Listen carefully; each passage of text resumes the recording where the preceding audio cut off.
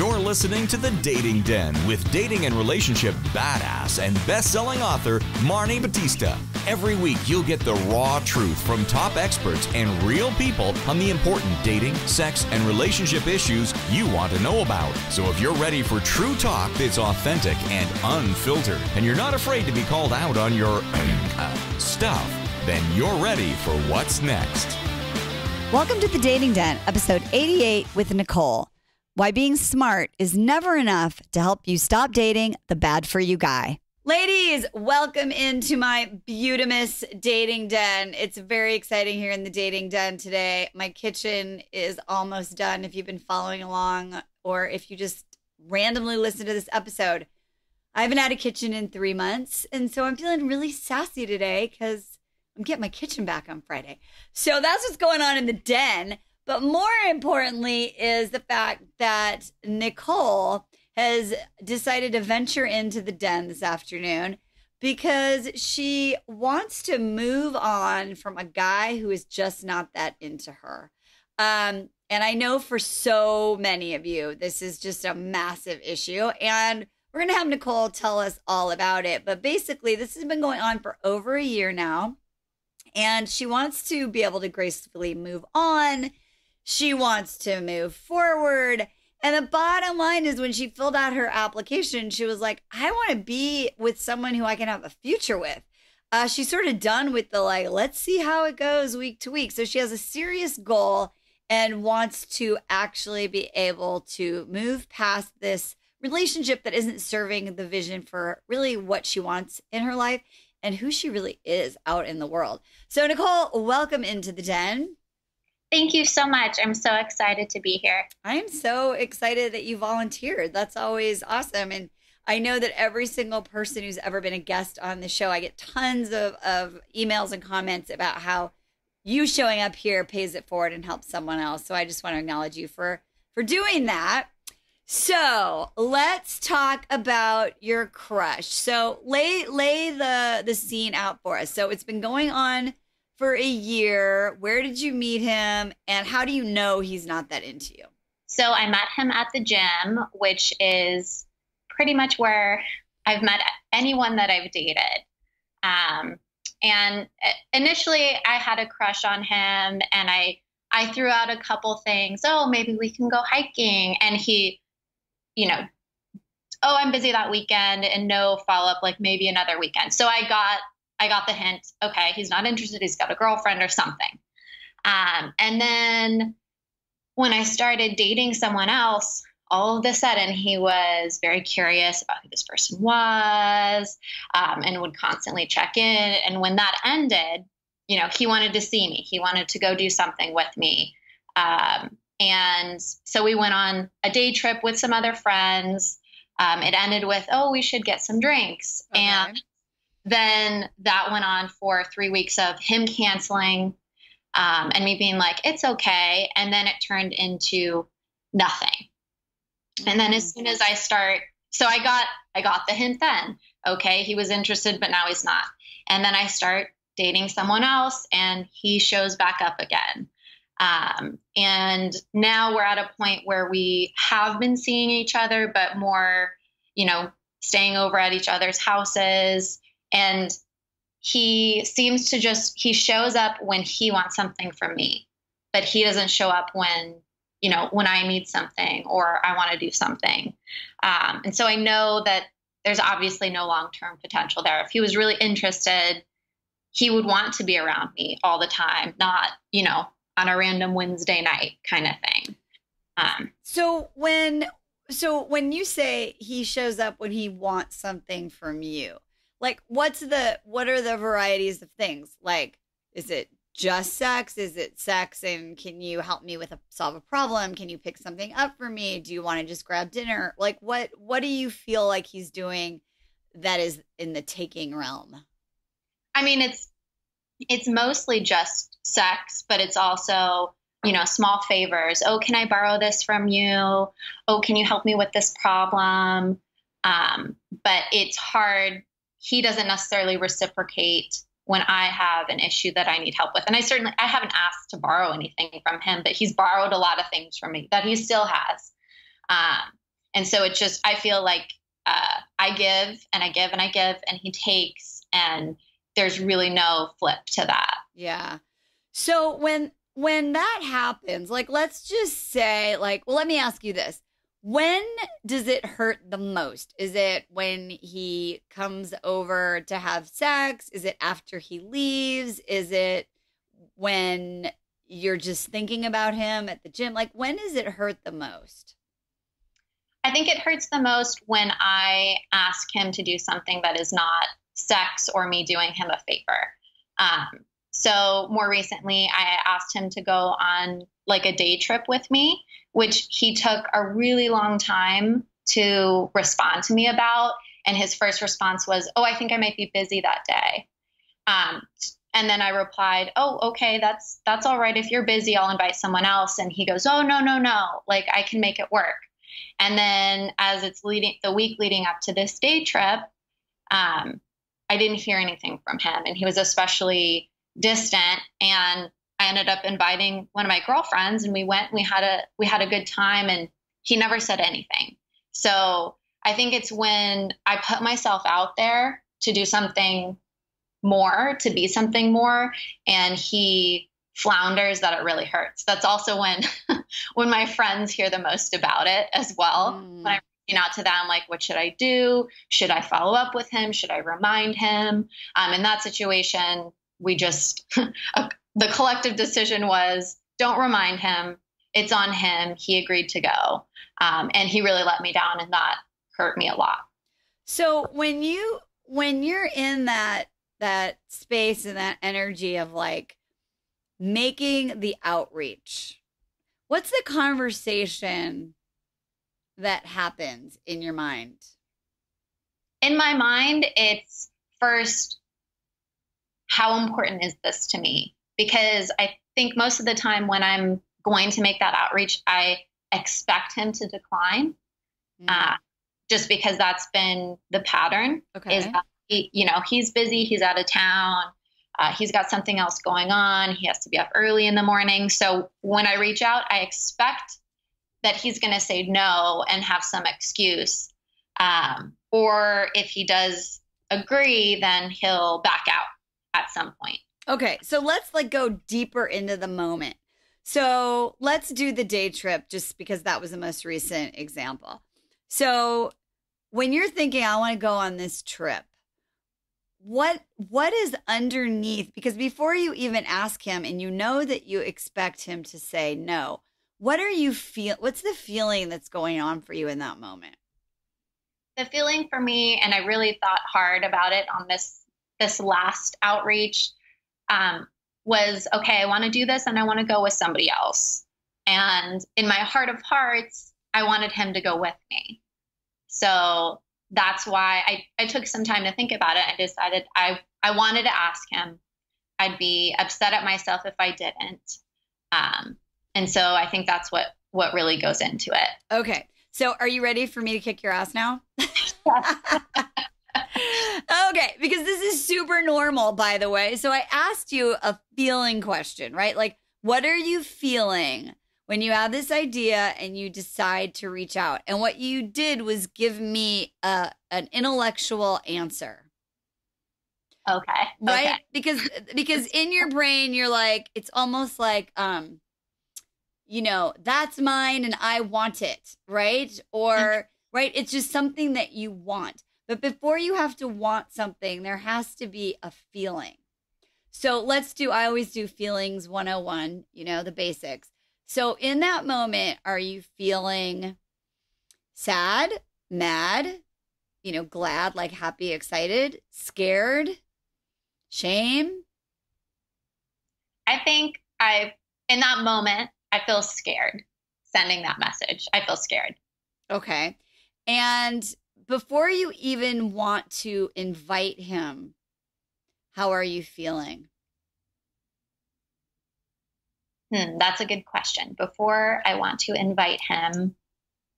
When you're like, I have a trip and I want to do this thing, what's the feeling that's happening for you? The feeling then is excitement. Okay. So you're excited. And what are you excited about? I'm excited about going and doing something that I do every summer, and kind of going back to stuff that I did, years ago that made me feel like I'm not that old, but make me feel young again and remind me of, good times over the summer when I had summers off. Okay. So you're excited about sharing an experience with somebody. And because there's some nostalgia, like it's special for you. Right. Okay. So you're excited about it. And when you think about why you pick him first over your friend, the feeling you want to have is what? I think the feeling that I would want to have would be, feelings are tough. Yeah, that's the I'd point. want to have, would also be excited to share it with him, I think. Continue that excitement. Okay. So in that moment, right, here you are, here's Nicole. She's like going to go do this thing. It's like a little bit of a tradition. She's excited about it. She wants to share it with somebody. She wants to have that moment with someone. And so the space is filled right now with this person, right? That's who, when you think of sharing a special moment, he's the guy that sort of fills in that space. Mm-hmm. Okay. So then the next thing that happens is you feel scared, right? So you're feeling scared because you are reaching out. And from what you said, you sort of are already knowing that you might get that feeling of rejection. Right. Okay.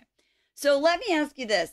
Where in your past, maybe in your childhood, I don't know, you saw it between your parents, you saw it when you were younger, where in your past experience did you ask for things and get disappointed? That's a really good question. So I think that growing up, a lot of what I was allowed to do was based on what my older sister was allowed to do. So if I asked to do something at a younger age than my older sister was able to, for example, to have my own car, even though I had my license and everything, my sister didn't get her own car till she was 20, 21. And so then when I made an ask earlier on, when I was about 18, I expected no. And that's what I got. I got a no. But that kind of thing, dealing with asking for stuff from my parents. Okay. So you're younger, and I assume it started way before you were 18. Oh, yeah. Yeah. So what's familiar to you is this feeling of asking and being disappointed. Mm-hmm. Okay. So when you would get disappointed, what's the thought that you internalize, right? Like, well, I didn't get the yes because what? Probably what I internalized in that situation is because that's not how things have worked. My parents were very interested in fairness. And so a big part of it was, you get something at a certain age, and then like the next person waits until that age till they can have it, so that, my older sister wouldn't be upset. So when that was going on, were you thinking like, this isn't fair? What do I have to do to like stand out? What do I have to do to earn it? What, like, when are you going to see me for who I am and not be my sister? Like, are any of those like thoughts resonating, or any of those things? Certainly this isn't fair. Because from my perspective, my situation was different. I needed the car for this reason to get to this class. And then my sister didn't have that experience at that same age. And then as also part of what I do is just find a way as well. So if they said no, then I'll go finance it myself if it was something that cost money.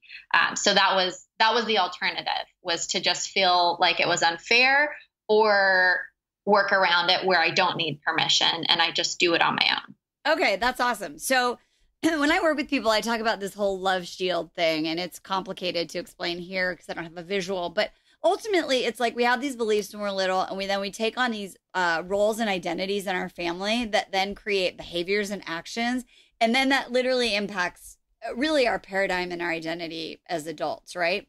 So what I'm hearing you say, and correct me if I'm wrong, is there was always this like competing, almost trying to get what you wanted, like some, it's not fair. I'm not getting what I want. You're not seeing what I'm seeing. You keep asking. And ultimately, it's where you learn how to be resourceful. And you just push hard enough and you get what you want. I think that's an excellent summary. Okay, awesome. So here's the thing. What happens is in our little childhood minds is when we get that rejection or that disappointment, there's some piece of it, and we can't go into really going into it right now, but there's some piece of it that says, well, if you loved me, right? Like if I really was good enough, or I was like that perfect daughter, then maybe you would like give me what I want. So we keep like pushing and like trying to create opportunities for us to get what we need. And we internalize that no as rejection. And in your case, what you learned is to keep trying. Mm-hmm. Because I bet in other areas of your life, that resourcefulness really pays off. Definitely. Right? And you get what you want. Yes, that's true. Okay. So what's going on here, Nicole, is that in that moment, when you're asking for him to join you on that road trip, it's almost like there's that little girl part of you who's like, this isn't fair. Why can't I have my like nostalgic romantic moment at this place where I love to go? I really want this. And it's almost like there's a transference where this guy becomes like that parental experience. And you know that you're probably going to get the no, just like you did when you were a kid, right? Yeah. Okay. But you keep asking. Mm-hmm. And so what's really going on is, and this is deep, is that in those moments, it's like you're still trying to get your parents to say yes and love you. Wow. That's very deep. But I'm following that. Right? Because that's familiar to you. What's familiar to you is to ask and not get what you want, and to keep trying and keep trying and keep trying and trying to figure out a way, which is that week-long period where you meet with the committee trying to strategize how to be resourceful to get him to do what you want him to do. Right. So what's really going on is that you're feeling sad or lonely as part of that excited, and trying to feel a connection or love when you go on that trip and have that moment. Mm-hmm. Does that make sense? Yeah, that makes a lot of sense. Okay. So you asked me sort of when we started, before we got on the air, about what I really want is to be able to start making different choices and stop running into him, stop creating scenarios where I get that rejection. Because that's what's happening, right? You're just setting yourself up to be rejected. Yeah, that's very true. That's a very succinct way to put it. Yeah. So what changes for you if you know in those moments, and your homework is going to be to notice what you feel before you ask. Okay. What changes for you if you really understand profoundly that really you're asking him, what's his name? Adam. Adam. You're asking Adam, but really you're having transference and you're experiencing Adam as mom or dad. Was it usually mom or usually dad who disappointed you? Mom. Mom. Okay. So you're experiencing him as mom, and you're setting yourself up to try to get mom to love you, to say yes to you. It's not about Adam, because intellectually, I can tell from your application and everything that you shared, you know that this is ridiculous. Like, he's never going to say yes, right? Right. Okay. But there's like this emotional part of you, this like little girl who grew up and never got that love in that way, that is still trying to be resourceful. Yeah. And I guess, my resourcefulness, like you said, does help out in a lot of aspects. And I do feel like I'm an intelligent person, but when it comes to boys, yeah, that all falls apart. So it's interesting to look at it in this perspective. Yeah, because our brain and the neural programming that was established when you were younger is still running the operating system. Mm-hmm.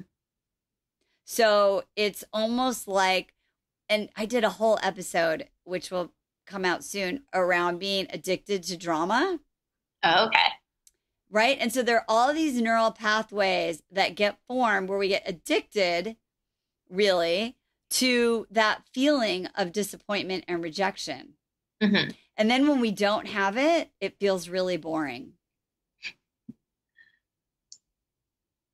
So when guys are really into you, do you feel like it's a little boring? Are those usually the guys there's no chemistry, connection? I think that sometimes when guys are really into me, I find ways to nitpick them. Oh, I don't like that he does this, or I don't like that he texts me this way. So that's something that I'm working on not doing anymore, but that's more difficult. I guess it is like I make it boring, or I make it so I have reasons to not like them. Well, right, because your experience of love is you have to earn it. Right. Like I'm always chasing. Right. So when that's your experience of love, you're going to end up attracting and being attracted to men who meet that dysfunctional need for you. Mm-hmm. So Adam is your perfect dysfunctional partner.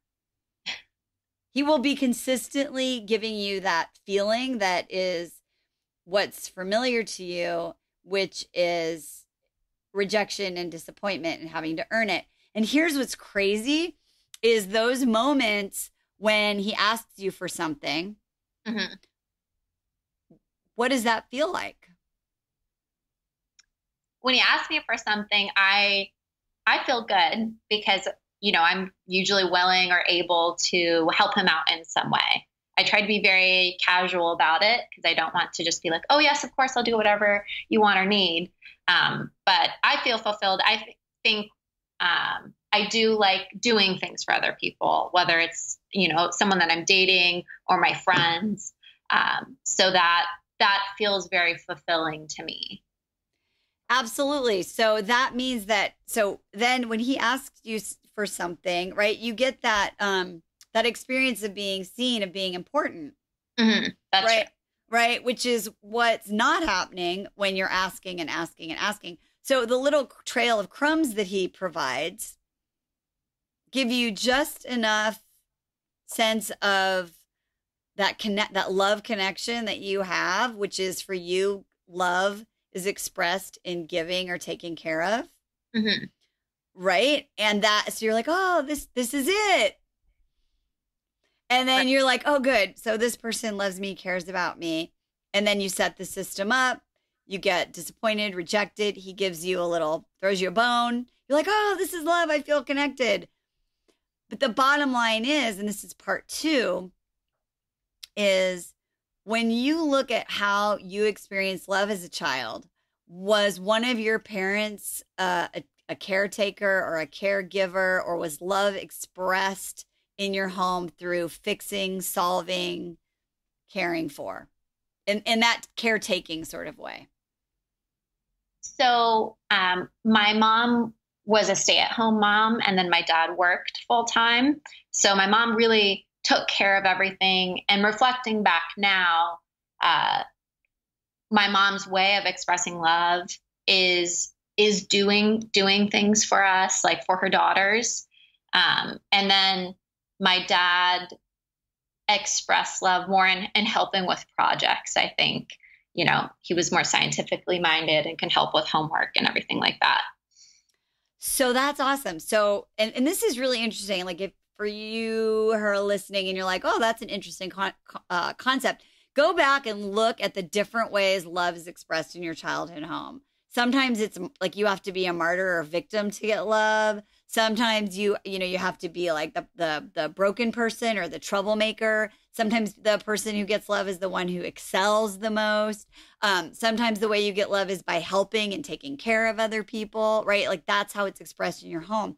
So it makes sense then, right? When he asks you, he can play you like a violin, right? Like he knows in order to hit your like love button, right? He just gives you an opportunity to be of service. Right, right. Okay. So now that you kind of know all this is going on, before we talk about your action steps, what's sort of resonating for you so far in terms of you staying engaged in the behaviors that keep perpetuating this pattern? What's sort of marinating? I think first and foremost, my mind is blown. Just looking at the ways that I set myself up for disappointment and rejection. But it's so true. I mean, it's been going on, my whole adult life, and the majority of the men I date, kind of almost seeking out that rejection. So I think that's what's really standing out to me, is that I'm almost searching for someone who's more difficult. And obviously that's based on, childhood stuff.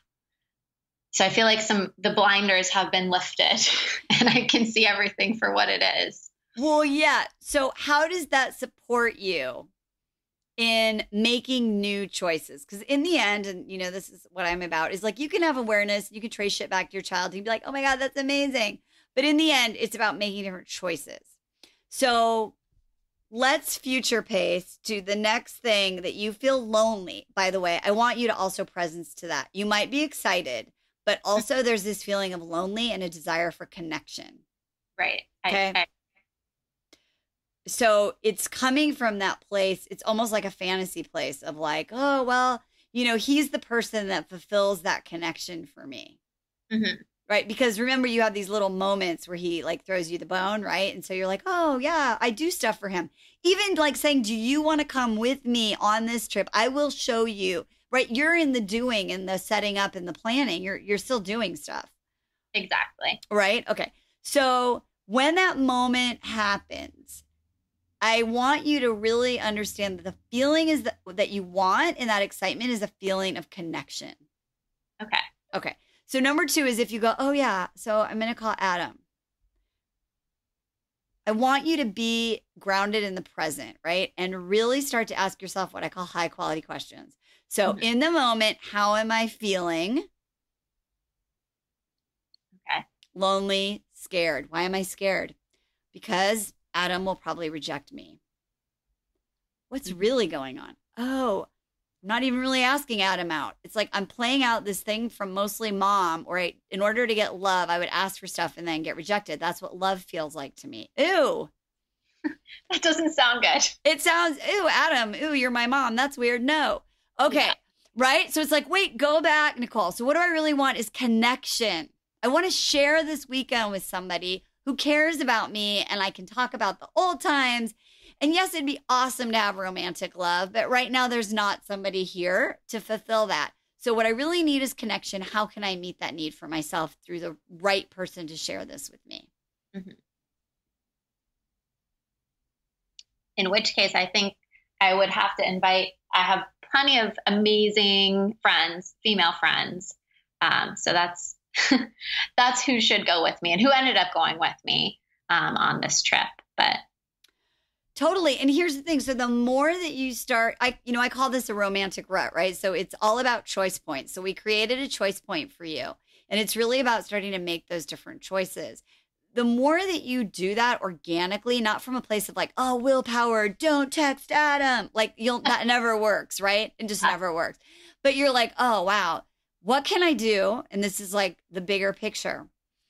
Am I more committed to my bullshit, right? My story, my acting out my patterns of my life, or am I more committed to my vision? My vision is I want to be in a healthy relationship in the next year. Mm-hmm. So then you get an action of that, right? Which is starting to explore some of these childhood patterns, starting to look at becoming really a woman who's dating from her emotional adult healthy self, and then putting yourself in a position to begin to attract men that will be a reflection of sort of that new you. Mm-hmm. Rather than spending a week with the collective trying to like mastermind on strategies to get somebody to love you who doesn't. Right. Make sense? It makes so much sense. So you mentioned like one other thing that you do is you like run into him at the gym. Is that like, besides like asking him to do something, what's your other like pitfall or possible trap that we can like make a plan to handle now?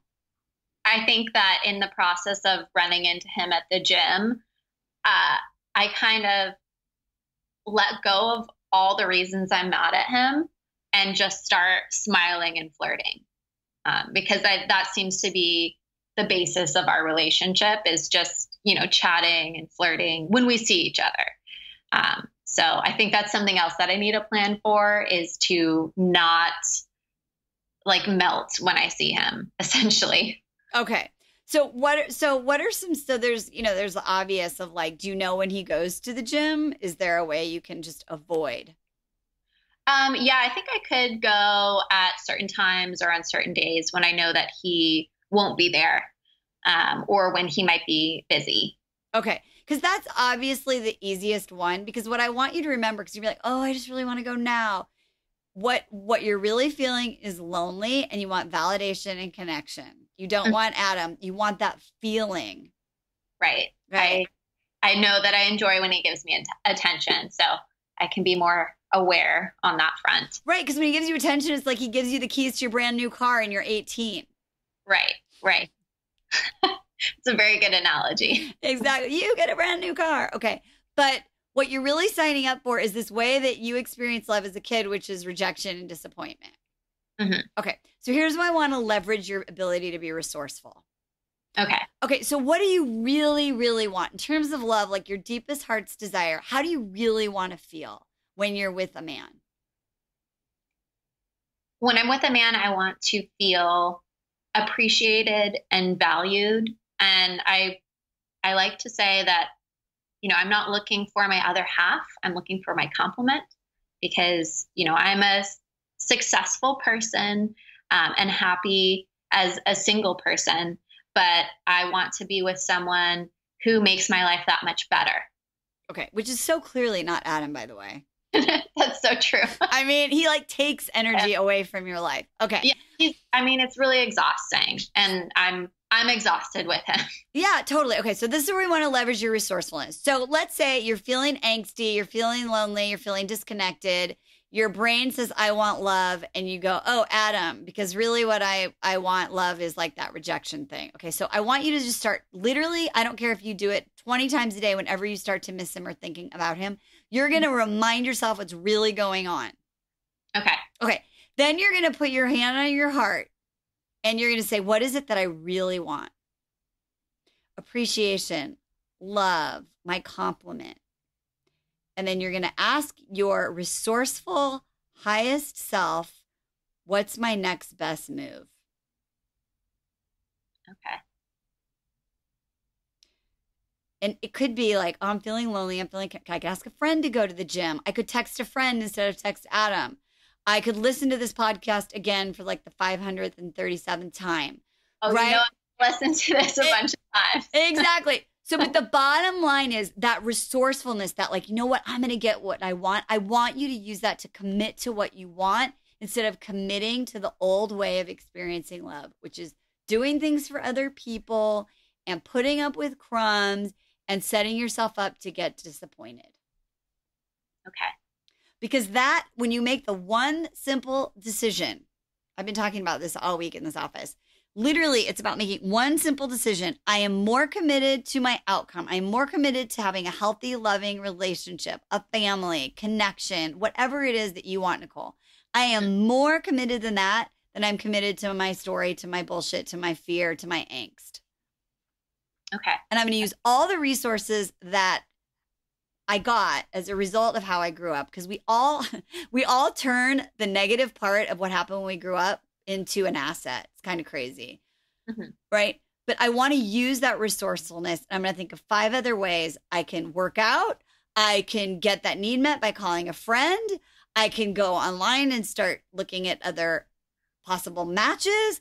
I can learn, study, listen, do coaching, whatever, to work on the issue that's actually coming up right now. There's at least 5 other ways that you can handle that moment and make a different choice.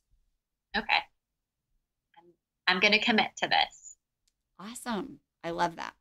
So, last thing, when you think about your why, like, why is it that you're here? Why is it that you're willing to be uncomfortable to get what you want?